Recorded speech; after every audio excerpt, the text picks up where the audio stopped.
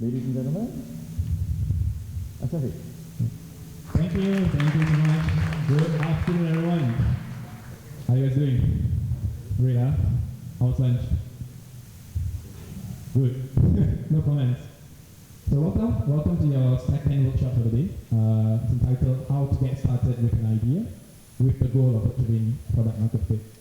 My name is Nadir Shafiq. Just a little bit about myself because you'll be looking at my face for the next 1.5 hours. Master's degree in finance, and I actually, my first job was in CMB. Any CMB guys here? Oh, hey, what's up, man? And then I got headhunted to a multinational logistics company called Abda Aviation. And while working in Abda, I got my entrepreneurial calling. I started a social networking app connecting travelers and expats, right? But that didn't do very well. And in September 2014, I started Delory.com.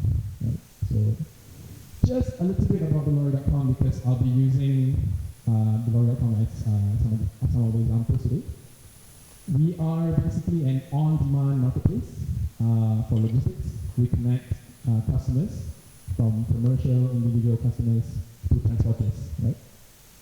So we actually launched exactly 1 year ago. Our anniversary was yesterday, right? And thank you. So when my partner and I, when we had lunch, our overall mission, when we spoke about this, our overall mission is actually to disrupt the logistics industry. We feel there's still a lot of inefficiencies, still a lot of manual processes, even though billions of dollars are actually transacted in the logistics industry. So we figured, hey, out of the logistics vertical, there are like sea freight, air freight, and road freight. And we figured, which one can we do? Sea freight and air freight might be a bit too complicated because there's a lot of licenses involved, a lot of regulatory stuff. So we figured road freight. And then from road freight, we narrowed down further to just focus on B2C market, which is the individuals. Right? So when we started, it was a very simple website where we take the whole process of lorry saver, lorry saver, the ones that you see on the trees and lampposts online, right? And currently we raised 2 rounds of funding, and now we have a team of 12, right? And yeah, it's been wonderful, really. I'll never regret leaving my job, leaving CMB, leaving Abda. I like to tell people that being an entrepreneur, there's never a middle ground. It's always an extreme high or extreme low. You feel really good about something, you feel jubilated about something, and then the next day you feel crap. Right? So when you work in corporate, maybe you got some middle ground, but when you're an entrepreneur, there's never a middle ground. Right? But seriously, running a startup, because you are changing the world, you are making the world a better place. So it actually gets glamorized a little bit. So you get a lot of attention. But at the end of the day, there's a lot of grit, right? Literal blood, sweat, and tears. I've shed literal blood, sweat, and tears for this company. Blood and sweat through carrying the fridge, freezer, so far, because I'll talk about that later. But yeah, what will you get out of today's workshop? You will learn how to develop your idea and get it to a state called product market fit. You will understand the lean startup concept, and I will give some tips for first-time founders. So just want to understand the demographic we have here. How many of you already running a startup? Already running? So 1 and 2. How many of you aspire? You have an idea and you want to take the plunge. All right. Any of you, where your company asks you to come over here? 1. 1 guy. Any students? Students. All right. 1 few students. Great. So most of you guys aspiring entrepreneurs. Good. So you will learn a lot from this workshop, hopefully. You don't have to take notes because I'll share a link on SlideShare later. But if you want to take notes, go ahead. I'm not going to stop you at all. So let's start. What will we cover today? First, we'll look into the 3 stages of the startup. Oops, sorry. Secondly, I will explain how not to start a startup. This is through experience. Third, we'll go through the lean startup way, and then we'll do an exercise called the lean canvas, and I will give some tips, and perhaps if we have time, then we'll end with question and answer. So let's start. Okay, 3 stages of a startup. When you're starting out, right, the first stage is what's called the problem solution fit stage. You try to find out whether this problem exists and whether it is actually worth your time to actually solve it. And you also ask questions whether you can actually find a good solution to solve the problem. So you have a problem, a solution, whether it fits. Next is a stage where we call a product market fit stage, meaning the product that you introduce to the market, is it desirable? Do people love it? Right? Do people love it? And am I selling this product to the right market? So getting to product market fit is basically something like the holy grail of startups, right? Because when you hit product market fit, then only you can go into the growth stage, right? So today's workshop will be on the first two. Right? Maybe tomorrow, I think in the morning, you guys will learn about growth hacking, but today we'll just focus on this two bit. How not to start a startup. This is the cold hard truth. 93% of startups fail. 93% of startups fail because they cannot achieve this state called the product market fit. Right? Only those who make it through, the 7%, right, get to scale and grow. So, I want to illustrate how not to start a startup with a diagram which I like. The Nook way. The Nook way is not the wrong way, right? It is basically a high risk way. The high risk way is this is the process. First, you have an idea.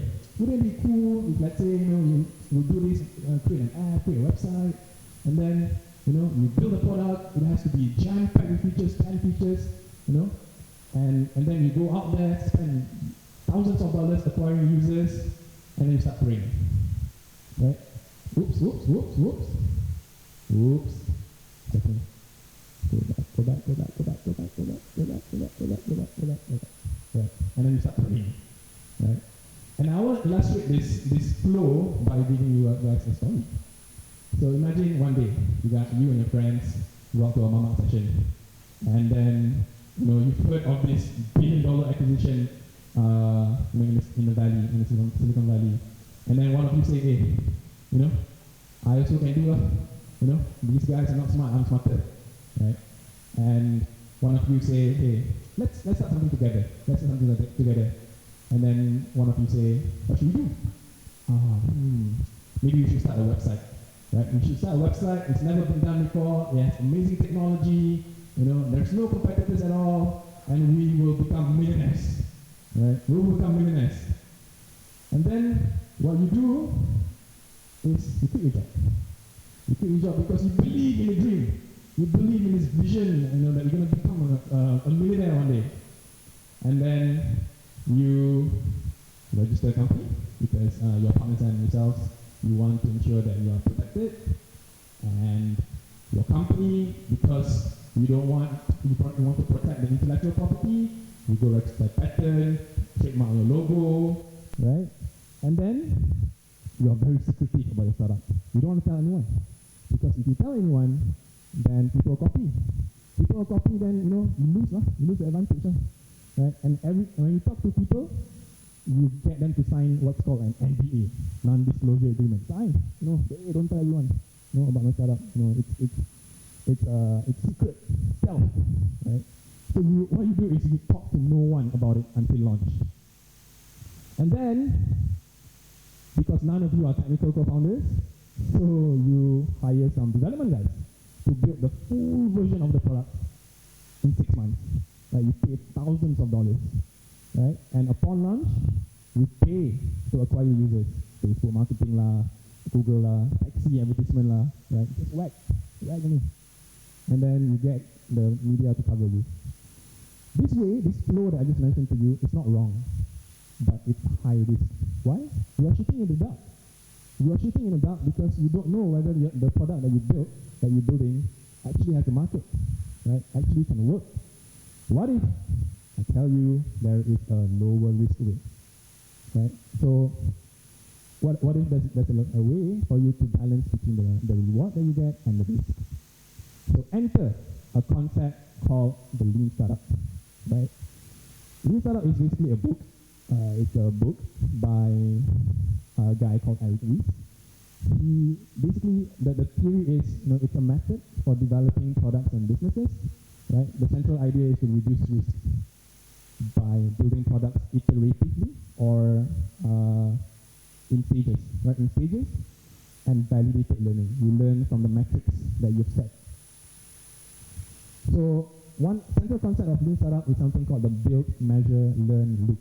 Right? So instead of the build, spend and pray, you build something that is small enough, you measure it, you measure the performance, and then you learn from the user feedback. And then you repeat the process over and over again until you've hit a stage called product market fit. And I will break down further this loop into this. Problem hypothesis, solution hypothesis, building an MVP, measure key metrics, and learning from feedback. So 50% of our workshop today will be on this process. Okay, so let's look at the first point, which is problem hypothesis. So, problem hypothesis is your guess on a particular suffering or a bad experience that is faced by your target customer, right? And your problem, the problem that you try to solve, has to be painful. It has to be a really real pain point, and that it is something worth solving, meaning there is a market for it. Try and build painkillers, something that is really, you really need to have it, rather than vitamins. Something that maybe it's good to have, but kalau tak ada pun, it's okay, right? So when you're building a startup, try to solve problems that you need to solve, right? And usually good problems are those that the ones the founders themselves face, right? Maybe in your daily life, you spot some good problems that you think is worth solving. And problems cannot be discussed at a mamak session, right? You cannot gather your friends one day, hey, let's solve a problem. It doesn't work like this, right? It is a process, it is subconscious effort, right? When you go about your daily lives, you will spot a problem that you think that there's a good solution for it. So some examples of problem hypothesis: Airbnb, right? Travelers find it difficult to book a room with a local. Grab taxi. City folks have a problem finding taxi that is safe and charges transparently. For Delori.com, our problem hypothesis is families and students who are looking to move house find it difficult to get transparent pricing and reliable movers.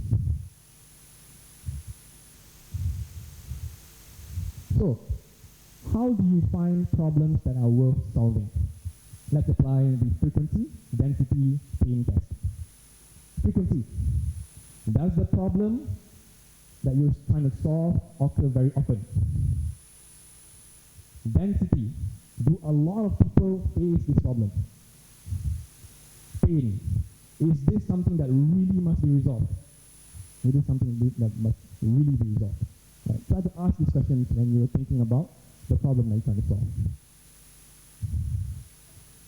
How do you estimate density, right, or the market potential?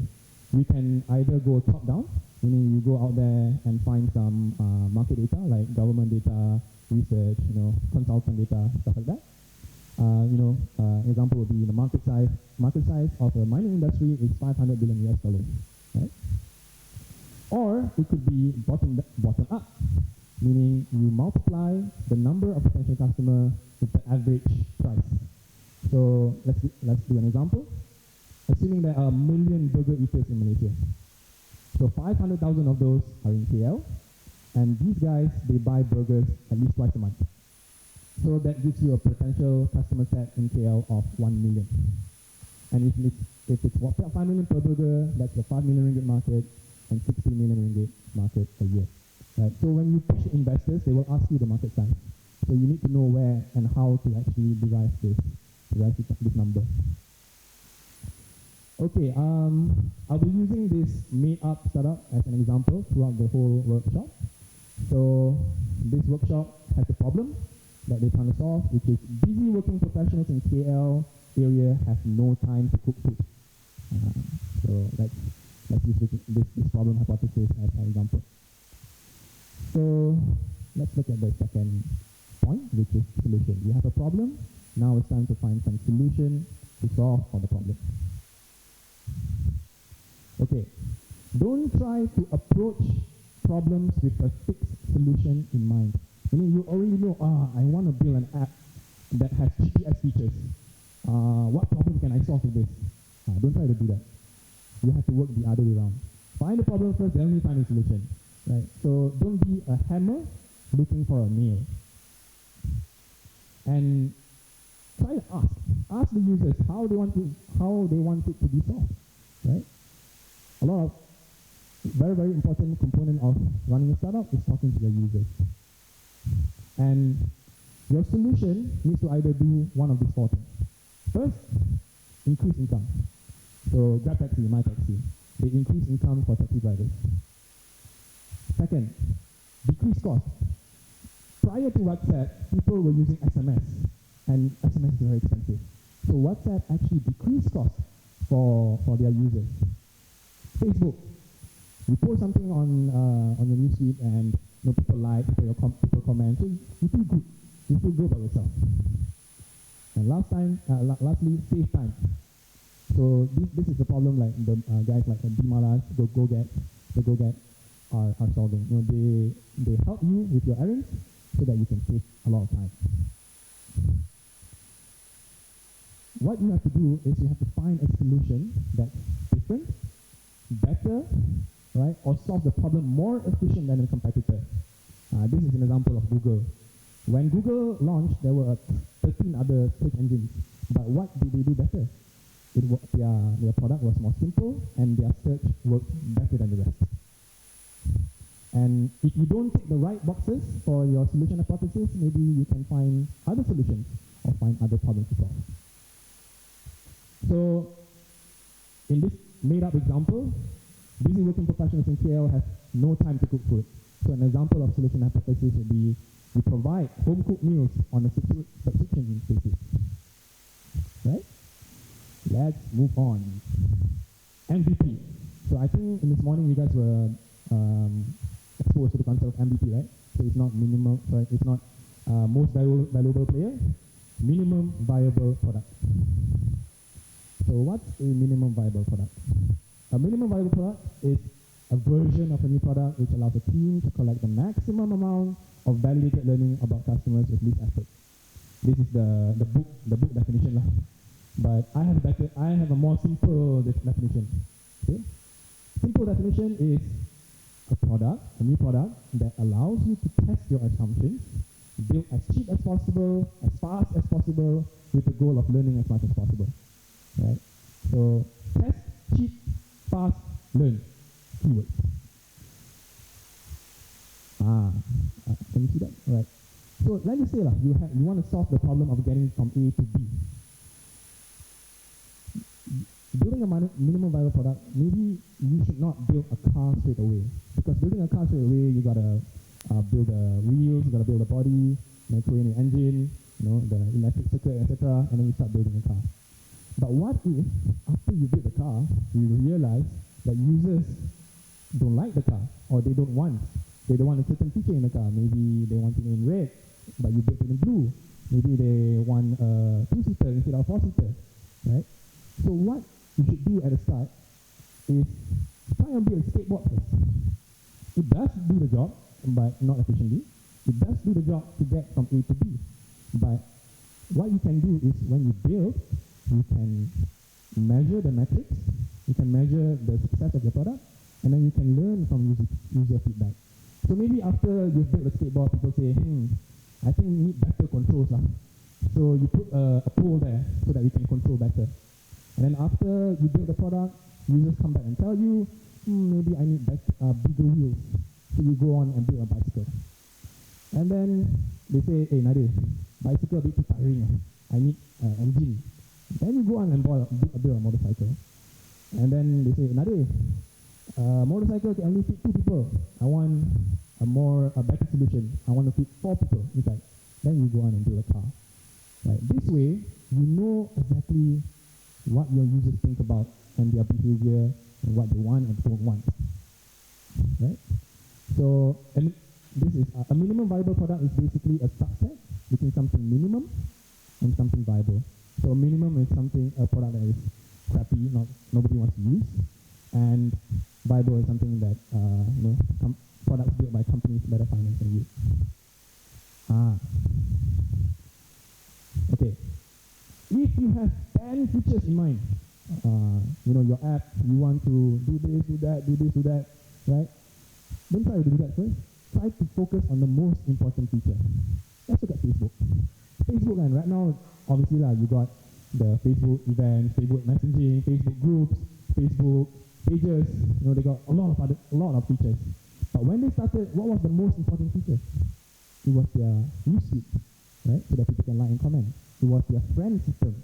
That was the most important, right? If they started out with Facebook pages, what's the point?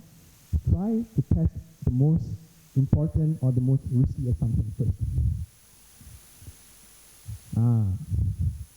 Instead of building something, your MVP that is, instead of building an MVP that is super high tech, why not build something low tech first so that you can test your assumptions? Try and do something manual first instead of straight away doing things automated. I'll give you an example later on. But let's look at some examples of MVP. Okay. Examples of MVP could be landing pages. So landing page like, you get a simple website where you collect some form of email of the number. It could be a prototype. If you're a hardware startup, maybe you create a prototype for your users. It could be a mock-up. So maybe instead of building the app, you can just do a mock-up first. Right? There are a lot of tools out there where you don't actually have to create an app to get user feedback. Right? Wizard of Oz is something where it seems automatic, but actually the background process is manual. Right? Crowdfunding, so you can actually put your product on Kickstarter, pitch in, where if let's say your product gets financed or backed, then it means that you have somewhat validated your product. Let's look at some examples. Zappos. Zappos is an e-commerce giant right now. But when they started, it was very simple. What the founder did was he went to a local shoe shop. Go there, ask permission to take photos of the shoes, take the photo, upload it online, wait for an order. When the order comes in, he would go to the store, buy the shoe, pack it, and ship it. Very manual process. But what was he trying to do? He was trying to test the assumption that people would want to buy shoes online. You want to buy shoes, you got to go to the place and you try, make sure it's the right fit. But Zappos changed that. Right? You can actually try it out, and if you're not happy, you can return it back. Facebook started out with a social network that connects only Harvard University students. Right? They didn't say, let's conquer the world. Right? Let's conquer the world today. No. They just focused on Harvard University, and then went to Stanford, blah, blah, blah, blah, blah. And then slowly opened to teenagers. Delory. That's my Delory. Delory. A website to accept bookings and get matched with transporter manually. Right now it's automated. A lot of the processes that we doing right now are automated. But when we started, it was a lot of manual process. I will talk to you about current process. So anybody actually in here actually used Delory.com before? Any of my customers? No customers here? Don't ask. Oh, one. You! Hey.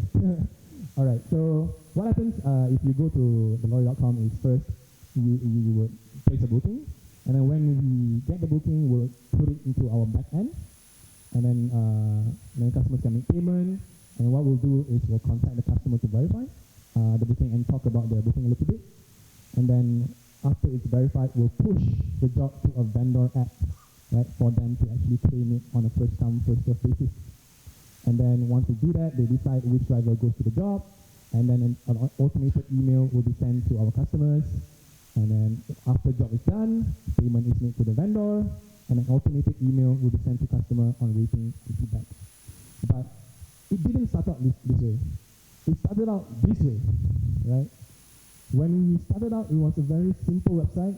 It was run on Java. The prices were actually stored in JavaScript. Maybe tech guys understand that. But there is no database, right? We didn't build a database.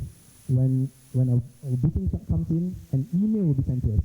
And then I will take the email, take all the details, paste it into Excel, and then that's how I record my bookings. And once the booking is confirmed, we'll actually place the booking manually with my provider. I'll say, bang, free dah? Free. Okay, I'll pass the job to you. If it's not free, then I'll pass to the next abang. So that's the process that I had to go through. And I will ask them, hey bang, siapa pergi? Who go to the job? Then I will get the details and actually share it to the customer via WhatsApp or SMS. And I would ask feedback from the customers manually via WhatsApp. Right? So the MVP for the Lorry.com was built less than 5,000 ringgit. Right? It's a very simple website. Right? And everything, the process behind it is all manual. And that was enough to test the assumption. Right? Only after we hit some form of product market fit, then we started to automate things. Get a vendor app going, and the automated emails and such. Okay, so for our example, this made-up startup, maybe the MVP is a simple website, and then you can work with single moms to actually feed the supply. All right, measure key metrics. I think we will learn this in further detail tomorrow, on a second, with Cheryl. But I will briefly touch on the key metrics. So, a framework for our key metric is the R, the pilot R. So the first A is actually acquisition. How do you get users? Right. So maybe through Google Ads, Facebook Ads, content marketing, blogging, direct sales, stuff like email marketing, etc. And then you have to track activation. Do users have great first-time experience when you get them to the door? Do users have great first-time experience? And do they use your product? Do they stay on your website more than, say, 1 minute? Retention. These guys that go to your website, do they come back? Do they come back and reuse your product? Second, fourth is revenue. Do users actually pay for your product? You have to track this. And lastly, referral. Do users tell others about your product? So an example. So say acquisition. The acquisition is you have 100 impressions on Google AdWords and 20 of them actually click on your ad. And out of the 20, 5 use the product or make a booking. 2 will use again the next week. 1 become paying customers, and out of the 1, they will actually refer another paying customer. So as a startup, you got to track all this, right? You got to track, and you have to know whether your MVP is working out. Right? You cannot just have a gut feel. No, it doesn't work. You got to have some scientific approach to it. Another concept that I want to introduce to you is A/B testing, or split testing. Basically, it means you compare 2 versions of a product by changing 2 different variants and see how they perform. So, an example. You run 2 advertisements concurrently, A and B. The first one says, get home-cooked meals delivered to your home. The second one says, get home-cooked meals delivered to your home for just 10 ringgit.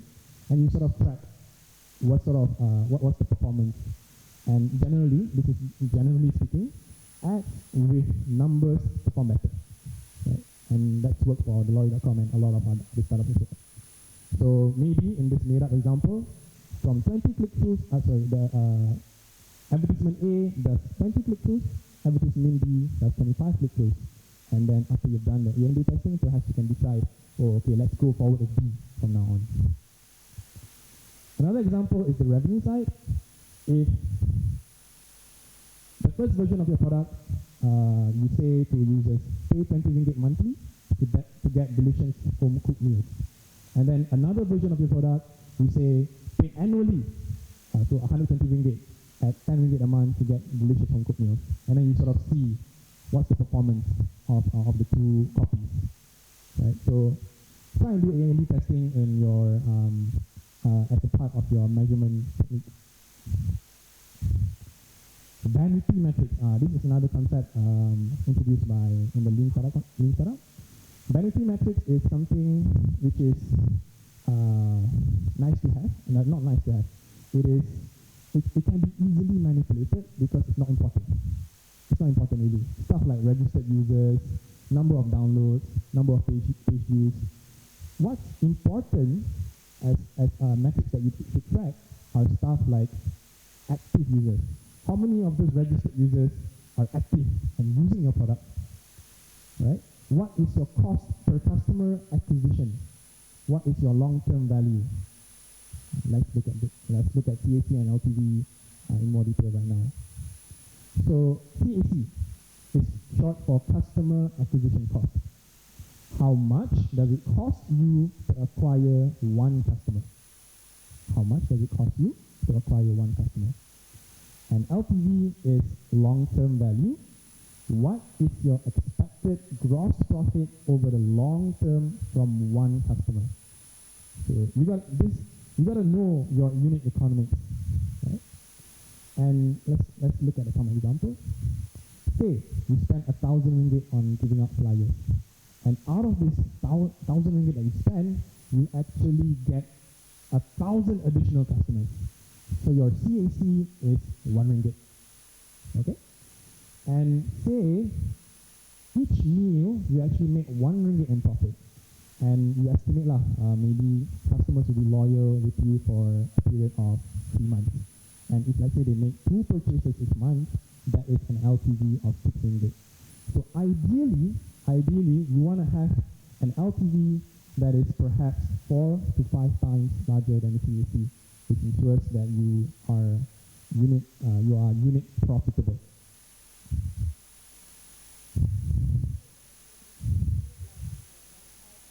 No, it's just a promotion. It's your sort of your additional cost to acquire the customers.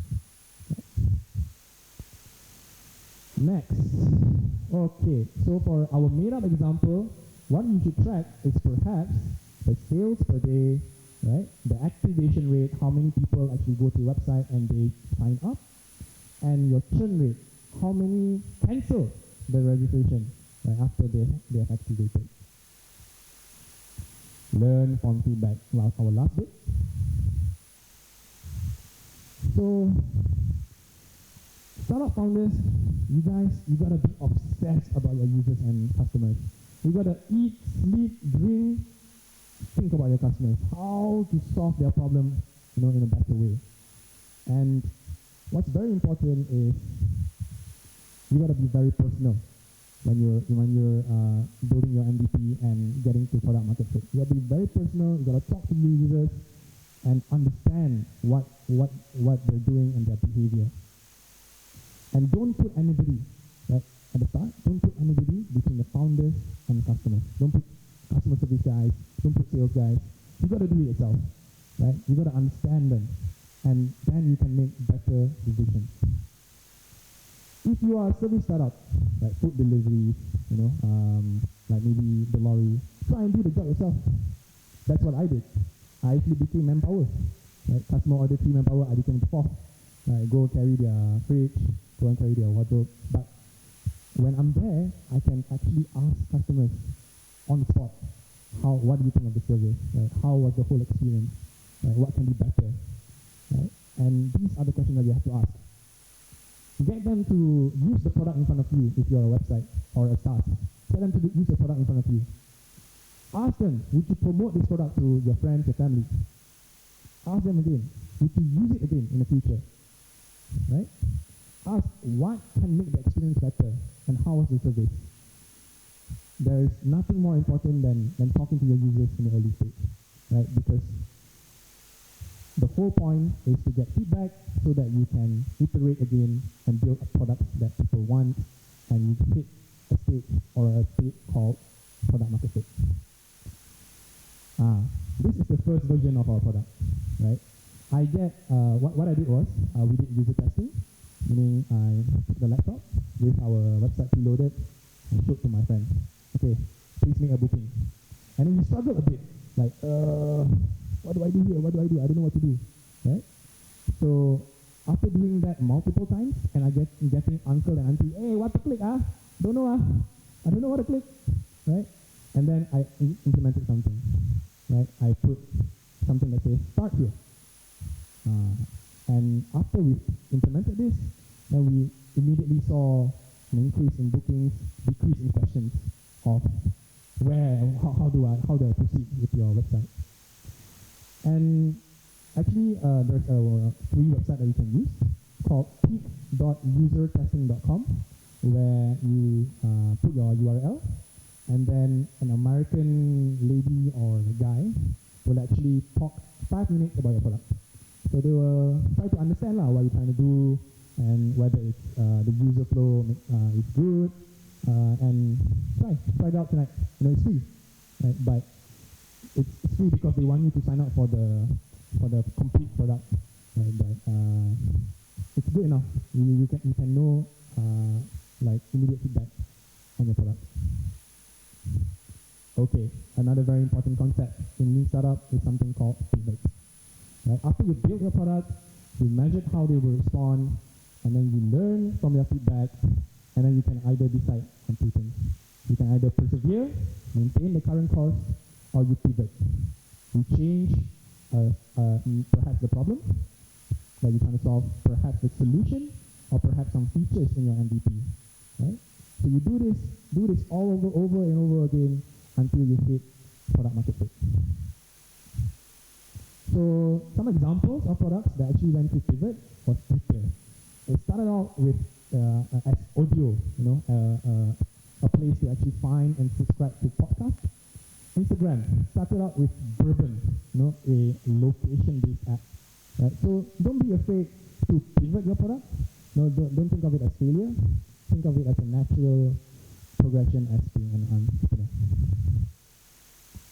So in our made-up example, you've learned after you build a product, you measure it, and you actually learn that users don't want subscription-based products. Maybe they don't want commitment. Like, I want something on demand. So from here onwards, maybe you can say, okay lah, I'll change the solution as a basis. Instead of provide home-cooked meals on a subscription basis, perhaps you can do an on-demand basis. And then you repeat the same process all over again. Track the metrics, and then learn from user feedback. So we do all this, right? We do this whole loop of build, measure, learn to get to a state called product market fit. So basically, product market fit is where you have the right product and you're selling it to the right market. So how do you know whether you have achieved this holy grail, this state? You ask yourself, did I build something that the market wants?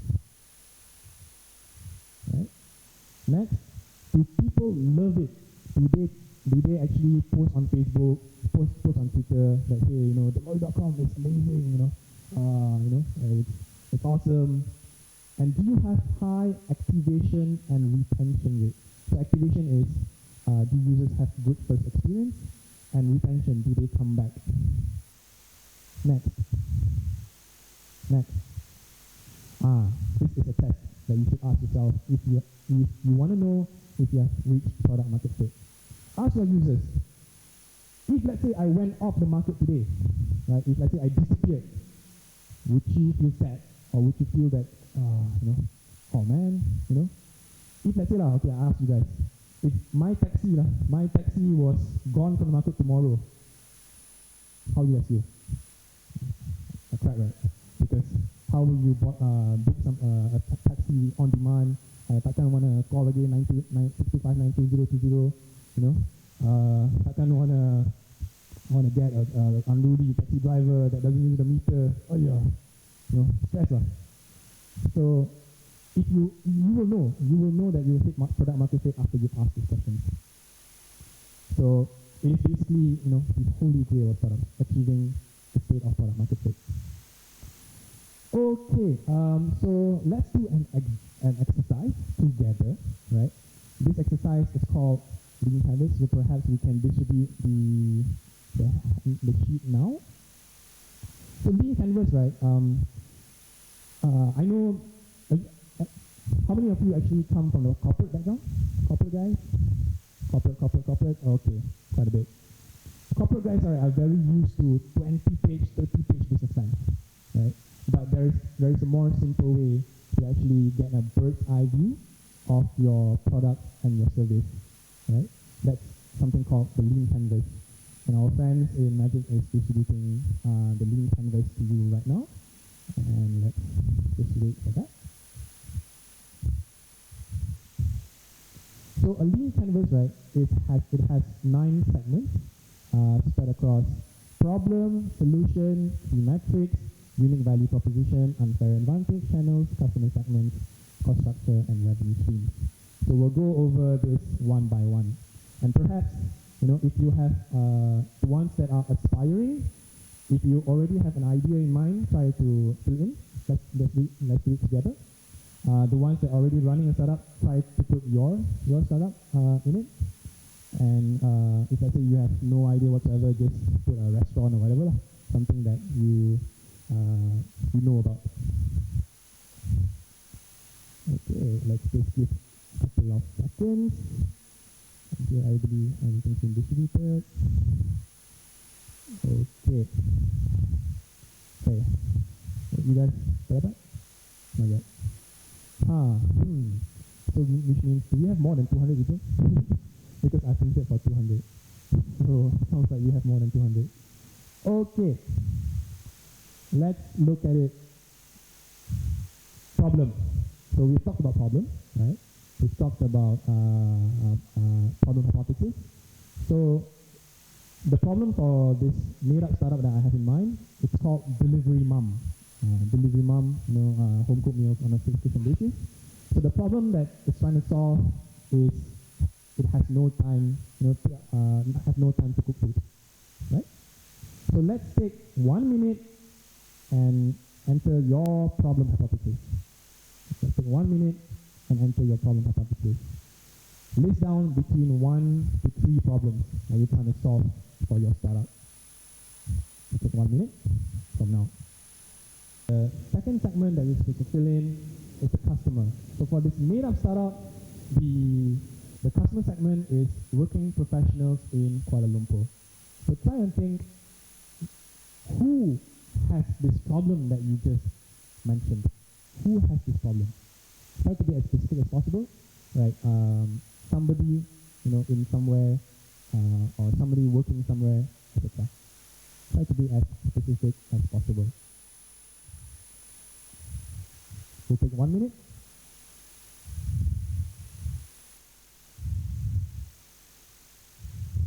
It's time to look at what is your unique value proposition. What is your single message to actually sort of say, hey, I am different from people, I'm better, and it is a good way to tell people, it's a one-liner to tell people what you're all about. So for Delivery Mum, it's a cheap, quick, and convenient way to get home-cooked meals. So let's have a think about your unique value proposition, right, for your startup. What's so unique about it? 1 minute.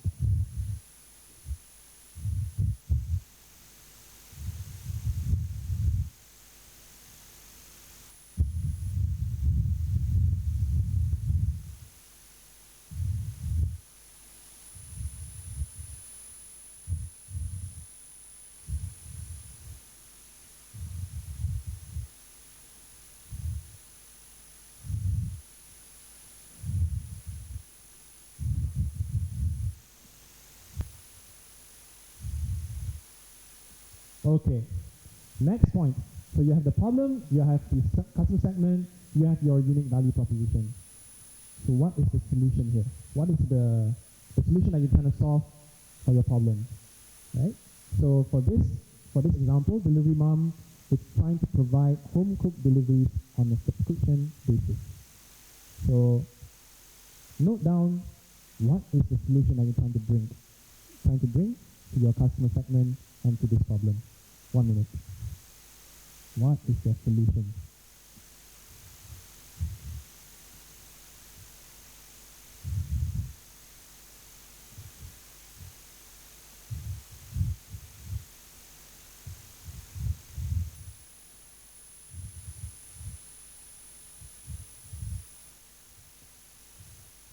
Alright, so we have the solution.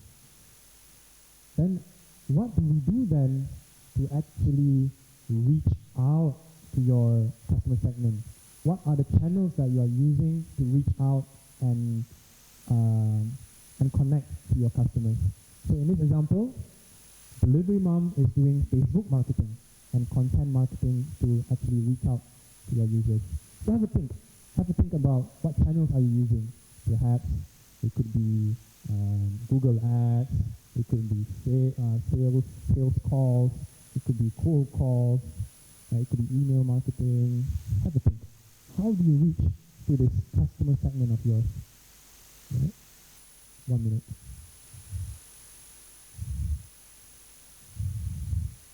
Models. How do you plan to make money from these guys, these working professionals? How do you plan to make money?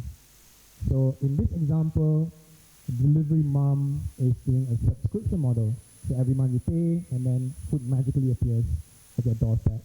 So think about your revenue model, how you plan to make money and monetize your product. 1 minute, think about it.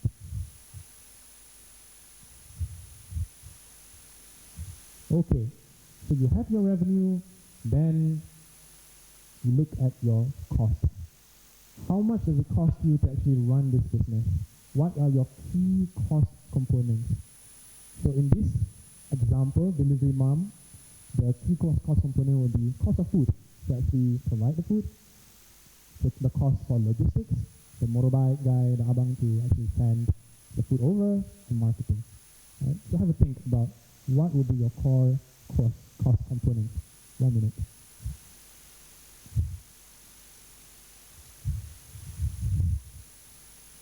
That you want to track to know whether your startup and your product is actually doing well. So for Delivery Mom, their key metric is activation rate. So how many people who go to their website actually sign up to be a customer? And what is the sales per day? You got to track that. And you also have to know the churn, meaning how many people are activated and suddenly they say, hey, not better. So they actually cancel the subscription. So have a think about that. 1 minute. What are the key metrics that you have to actually track to know whether your startup is doing well? So use the R framework. What is the unfair advantage that you have? What is the unfair advantage that you have compared to the other competitors? So that will be something like the tech that you have. Maybe you have amazing technology. Maybe this market that you are entering has high barriers of entry. Perhaps you have a strong network of something that makes it difficult for other competitors to come in. Right? What is it? Right? What is it that makes it unfair? So investors love this unfair advantage thing, right? They love to invest in something that is unfair. So for you gamers out there, it's something like it's IMBA. IMBA. You guys know the reference IMBA? I don't play games, but I know the reference. So 1 minute, have a think about your IMBA. Anybody want to present your lean canvas? Oh, hey, bagus. This guy will be a good entrepreneur. Come over, my man. Hey, come on, present. Can we get a mic for him? This guy will be successful one day. Okay. Do you have a mic for him? Mr. Lucy? Yes, thank you. Yeah, so you can present it in any order that you like. So mention what your startup is and what does it do, and then go all the way. Okay, hello everybody. I'm Reza from Islamic Zone. Islamic Zone is a e-marketplace for halal digital content. We are selling music, especially Islamic music, such as nasyid, marawis, and another Islamic song. And we are selling ebook and copy art. And here, I try to facing our problem. Our problem is how to share Islamic music and get benefit from music and content. Sometimes Islamic musicians confused if they can make music content, but they don't know how to make a money and how to share the music. It's our problem from Islamic musicians. And the customer section, I try to targeting Islamic musicians in Indonesia and Malaysia, because I know the the Muslim population grow big in Indonesia and Malaysia. And then our unique value portion, we have specific marketplace and give a profit by monetizing content and distribution content worldwide by using a lot of digital distribution. Our solution is we are trying to make a portal aggregator for especially Islamic content. We can call halal aggregator for Muslim community. And then After that, channel, yeah. Channel. okay, for channel, I try to promote by Facebook marketing, direct offer to Muslim community. I try to put one community manager in Indonesia and also try to put one community manager in Malaysia. So the community manager can offer direct to musicians. And then I try to use Google Ads for promote our digital, our portal. Okay, and then our key metric is active user, user growth, visitor, and content. Because content is more important if you want to sell as a digital distributor. Content is more important. The revenue stream, we are trying to get benefit from payment user. Every payment user, I try to take 10% from payment. And advertising, I try to make advertising management system in our portal, so I can get a benefit from sponsor. And then I try to make a subscription package for level user, so I can get a benefit from subscription. And our cost structure is cost for marketing, online marketing and direct marketing, and also cost for developing product, cost for operational for employee. Okay, thank you very much. Last one, unfair advantage. Oh yeah, okay. Unfair advantage. We have already partnership with Islamic Radio in Indonesia and Malaysia, partnership with Islamic media, and we are trying to make engagement with Islamic community. So I think it's most important, and we are a pioneer endeavor with another portal and aggregator in worldwide. Okay, thank you very much. Give a hand to Reza. That was great. We'll have two more, maybe? One more? All right. Yes. Thanks. So your name, what your startup does, elevator pitch, and then go for it. Okay, hello everybody, my name is Dayang. I'm about to launch an e-commerce in Islamic fashion industry as well. And the problem that we're facing is that most of the product that we are having is usually for Islamic fashion is usually expensive. We found it's expensive, and it's very hard for us to find a modern Muslim style. Let's say if you go to H&M and we are some Muslim, we want to use that type of clothes, but we couldn't because it couldn't fit us. So we still couldn't find like a proper online shopping website that is only proposed for a daily active wear, like only that we can use it every day. So the solution to excuse me. Customer segment. Customer segment. Yeah. Okay. So the customer segment it would be urban Muslim women who lives in the city, age 18 to 30, because we are targeting like young working adults, and middle income, and lastly young working adults with a professional education interested in online e-commerce. Yeah. Unique value proposition. Value proposition. Unique value proposition. This is affordable with a modern style of Muslim fashion for daily active wear. And for the solution,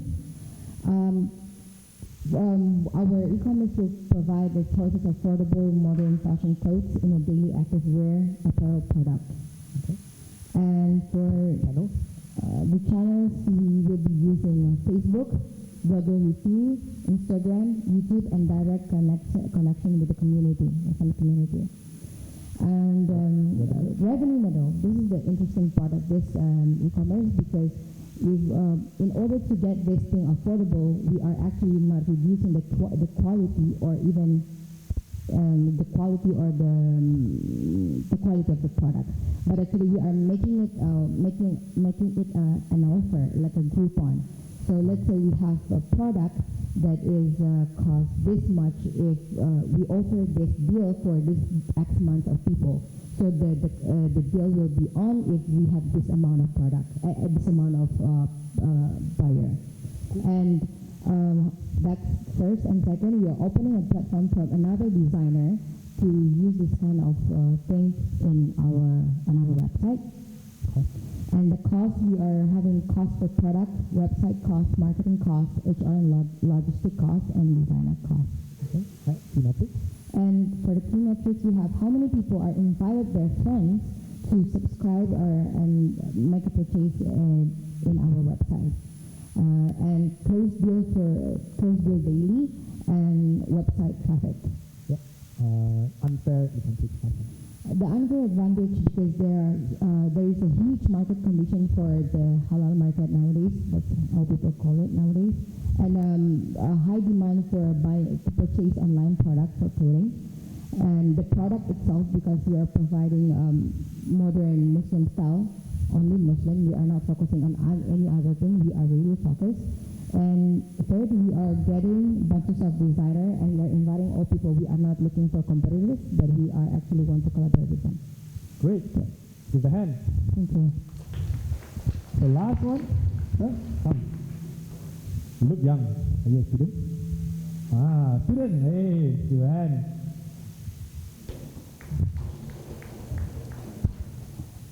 So your name, what you do, your startup, and go.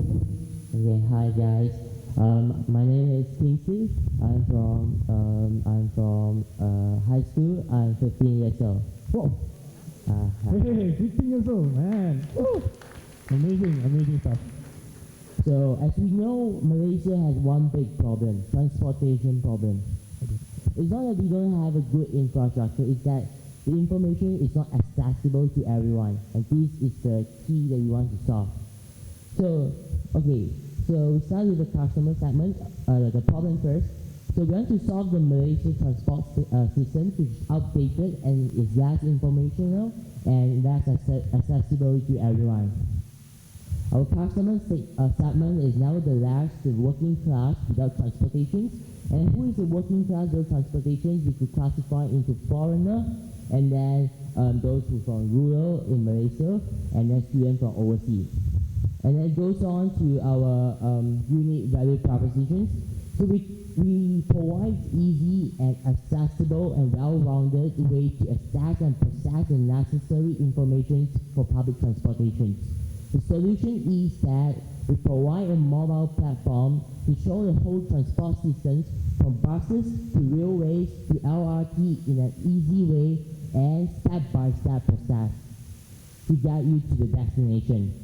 And well, our channels will be universities, so we're going to open campaign to engage students, and then we're going to give flyers, corporations, and cooperate with government as an excuse to improve the transportation. And one of the key here is that LRT is coming soon, and I believe the government, besides the yellow situations, they will give consent about the transportation. And then it goes on to Channel, channels is done. revenue. The revenue, so we're going to have revenue from government subsidies, and then referral advertisements, which is when you walk to a certain part of the area, there's a peripheral, and the advertisement will pop out into the mobile applications and notify you, like for example, the restaurants. And this is the revenue streams. And then our cost structure would be the cost of app design, marketing, and algorithm creator. And then, so our key metrics is activation rate and retention, active user, and the area of distributions of our users. Because we want to spread these impacts to the whole Malaysia and even overseas. And then it goes on to the unfair advantages. Just like Google, just like every Waze, they have an instruction algorithm that no one can copy. And this is our pain points, and this is the part we want to focus on, which is like a user experience with us. Okay, and that's all. Yeah, amazing stuff. Two things I want to say to you. Number one, if I have money, I'll probably invest. Secondly, I don't know what I was doing when I was 15 years old. But this guy, dude, seriously, already thinking about all these things, so it's amazing. I think we have time for one more. Maybe one more. One more. All right. The only Matale in the house, perhaps.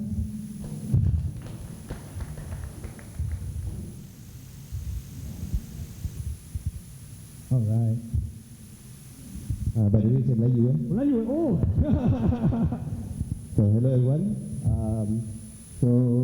Okay, I'll start off with our idea for problem. Yeah.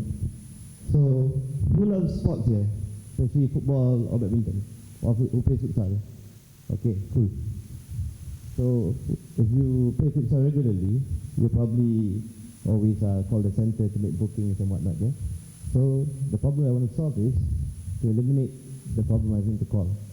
So what I do, you just try to book through the app or through the website. So this problem is actually, firstly is, you're not able to contact the operator. So if they don't answer, or it's engaged, you'll be able to book through the app or the website. There's also the difficulty to determine the time available when the courts or fields are available. So, for example, like if you're booking a movie or something, you can just see the schedule straight away. And another problem is you're not certain if there are actually courts or bookings or badminton centers in the particular area. Customer segment, who are you targeting? Customer segment. Okay. Basically, it will be used for sports inclined between 17 to 35 years old who actually play sports regularly in the Klang Valley. Right. Next would be your unique value proposition.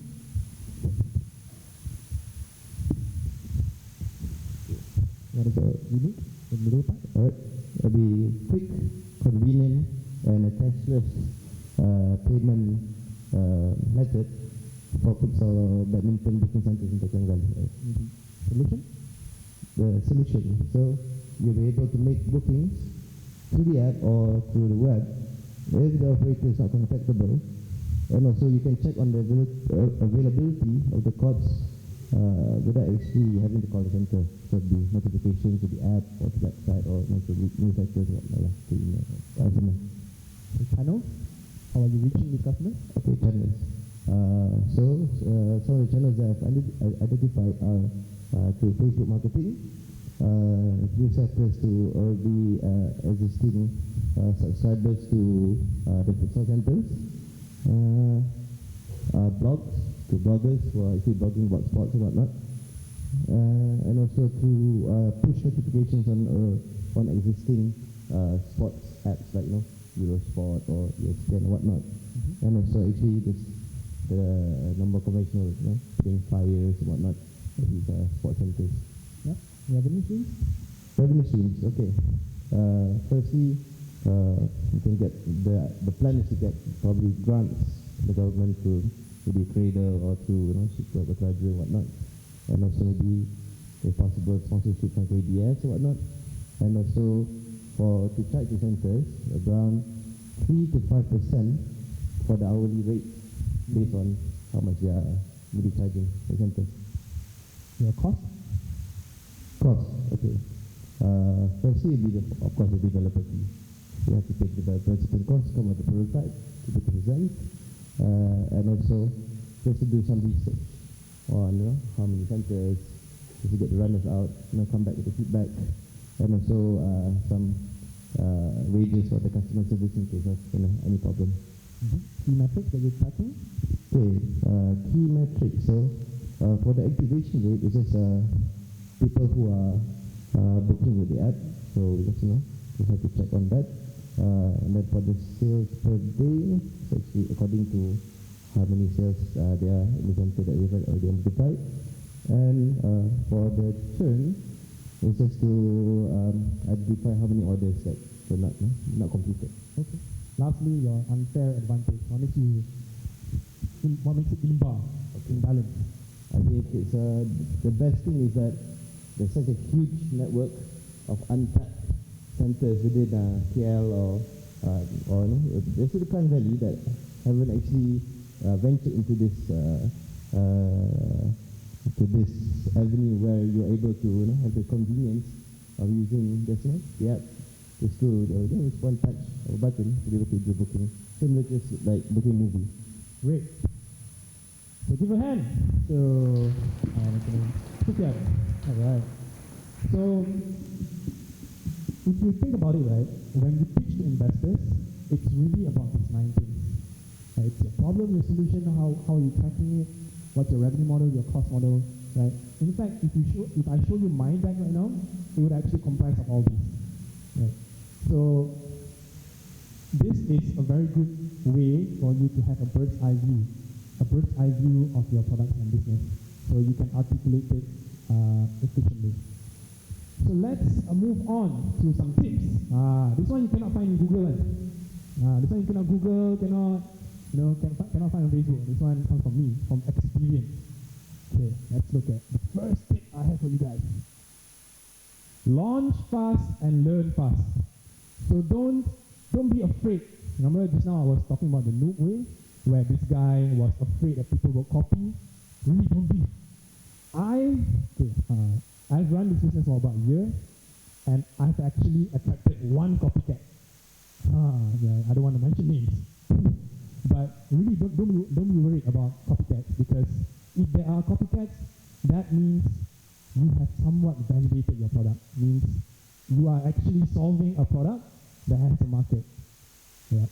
And really don't spend too much time and resources trying to pack your product with all. It has helped me, with my financial model, with my strategy, etc. And if you want more peers, go and get it. Go and talk to more startup peers so that you can share some resources. Next, networking.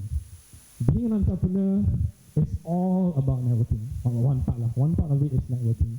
You gotta know people, right? You gotta exchange ideas, learn from others, share resources. When I first built my first startup, Globalize, I built it in a silo. Right? I built it in a silo, meaning I don't want to talk to people. I'm very afraid people will copy me. Just wanna build my product quietly, and later on when it's launched, then I start to hoo-ha, But it doesn't work that way, really. Right? Try and network with as many people as possible. Next, co-founder. Finding a co-founder is like finding a spouse. right? It's like finding a wife or a husband. There's no upper like rules. It's when you meet the co-founder, you know like, I have chemistry with you, right? I think I can work with you. It's really like finding, how do you find your girlfriend? It's like that. It's really like that, you know. And why startups fail at the start? A lot of it, I mean, a good portion of it, why they fail is because of co-founder problems. Cannot gel. No chemistry, right? One guy wants to do this, one guy tak mengalah, don't want to back down, right? Don't want to compromise. And you gotta have complementary skill sets. If this guy is good at this, right, you gotta and weak at this, you gotta cover for each other, right? Maybe one guy is tech, is more tech savvy, the other guy is more business savvy. So you gotta find co-founders that complement each other and that you work together. Because at the end of the day, majority of startups fail because they don't have the right co-founder. Next, this is a problem in Malaysia. Startup founders, because they are not technically savvy, right? They don't know how to code, right? So they find it hard to actually get projects, right? But really, don't have to fret. My friend Brian from Big Ferry, he doesn't have a technical co-founder, but he built his first product using Squarespace, Squarespace.com, right? It's just a simple website, and he tested his assumptions, and he validated his product, right? So really, don't fret, because there are a lot of tools out there. There are a lot of tools out there where you can actually build an app, build a website without a single line of code. So don't worry. All you need to do is just set aside a couple of hours a day and build this, right? And if you have a little bit of money, maybe you can approach freelancers, and that's what I did. Lorry.com's first version was actually done by a freelancer. There was a brother, I think two brothers right, that work from home. So I approached them and said, hey, can you do my first work for my MVP? And he agreed. Next, your MVP. Try and spend at less than 5,000 ringgit. Right? Try and spend less than 5,000 ringgit. Because at the end of the day, if after multiple iterations you still cannot get it, right, it's just 5,000 ringgit burned in the drain. Right? Just accept it as tuition fees. What you don't want to do is you spend 100K, your life saving, your public bank investment mutual fund, sell everything, go build your product. Try to start small first. Test your assumptions.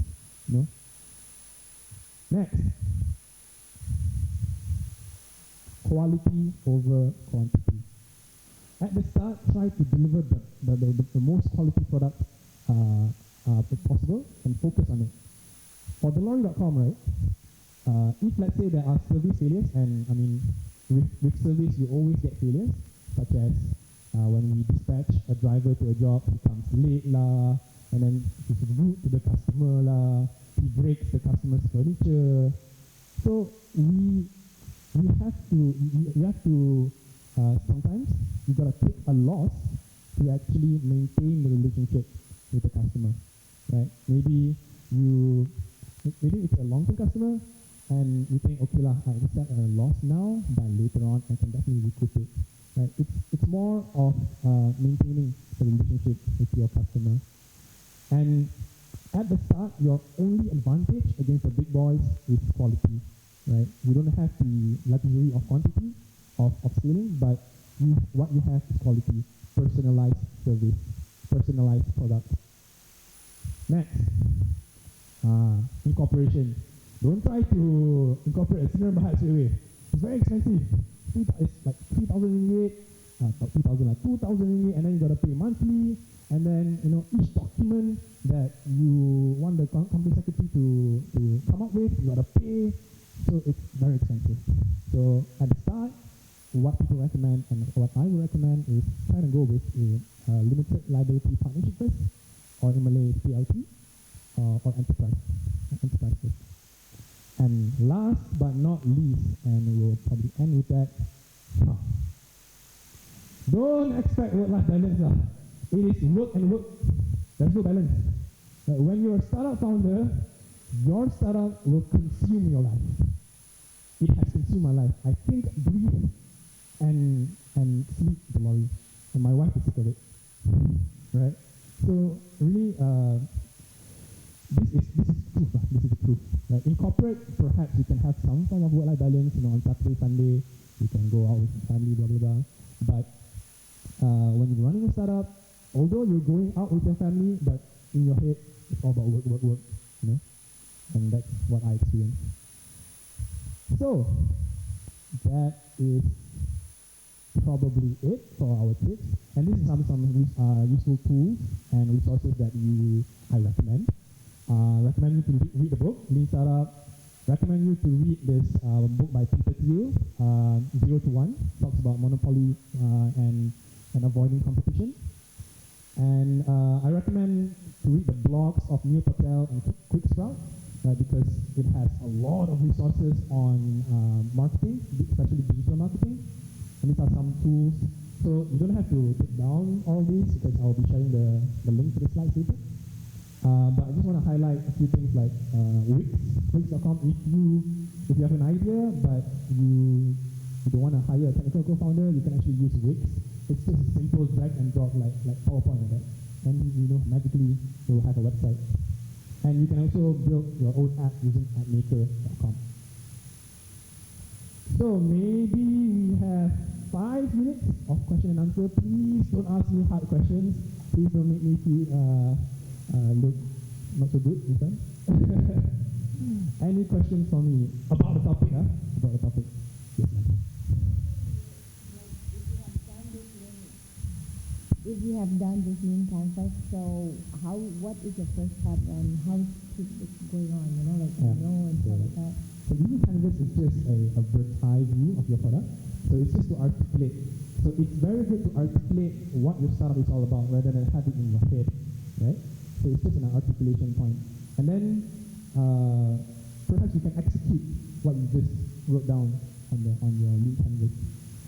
Yeah. Just execute it. Just do it. Yeah, just do it. Oh, okay.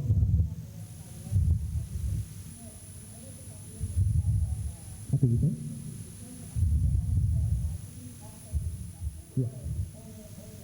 The additional cost that your marketing campaign, correct?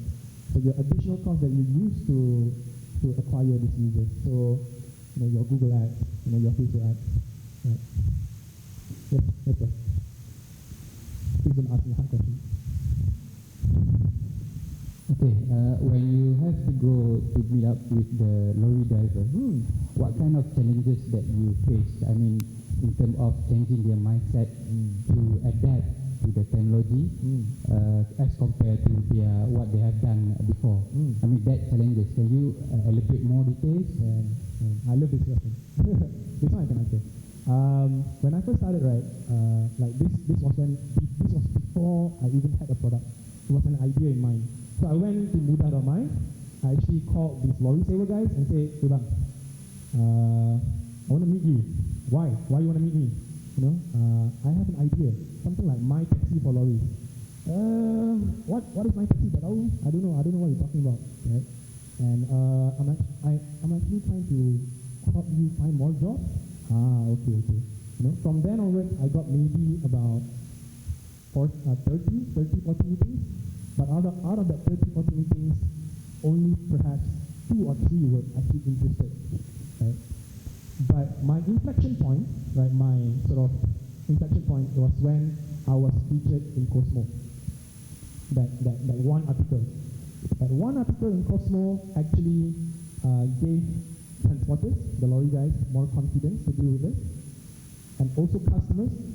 It gives customers more confidence to actually transact with us, right? So from that article onwards, and throughout the after that we got featured in Star, NST, then it became easier and easier and easier. And after I have sort of connected with these guys in Facebook, in WhatsApp, actually you'd be surprised, there are a lot of WhatsApp groups out there, connecting lorry people, lorry guys. And I'm actually part of them, right? I'm actually part of the association, So that is how you acquire these guys. So just to answer your question, at first it was tough, but one article, one Cosmo article, change everything. Next question. Yes, sir. Mike, that's right. Oh, whoops. Okay. You first, Mike. Really, sir. You mentioned that your company has acquired funding. So I would like to ask, right, for Lean Startup, after you have done all this lean, trying to know where you are going, and you have done some market research. So when do you know it's time that you are gonna like crowdfund or pitch yourself to your investors, and like how do you know if they will actually buy it? And like investing, because it's not your money. So when they give you their money, what do you have to give back to them? Like what are they trying to achieve, like take from you as well? So if you're going out there to find investors to pump in money to you gotta tell them, what are you using the money for? If you don't see a need for their money, then don't do it. But if you see the need, right now we're doing 100 bookings a day, but I think if let's say we had some extra money to pump on marketing, to pump on sales guys, then I can get it to 300, and that is where investors invest. Right? So for us, Belong.com, we raised 2 rounds. First was an accelerator round, and or a pre-seed round, and then a seed round from a foreign VC, Singapore VC. So the first round, we decided to go forward because we wanted a full-time tech guy. Because before that we were working with this freelancer, and he cannot really give the commitment that we want because we have a lot of ideas that we want to implement. So we figured, hey, I think I need a full-time tech person. So that's what we did. We raised 50,000 ringgit, and we started to hire a CTO. And then after a few months, we decided, hey, I think I've achieved some form of product market fit. I know that if let's say I crank up the marketing dollars, it would actually lead me to more bookings. And that's the pitch that I gave to my investor at the moment. Right. So to answer your question, basically, if you need money, then raise. If you need money to scale up your business, then only raise.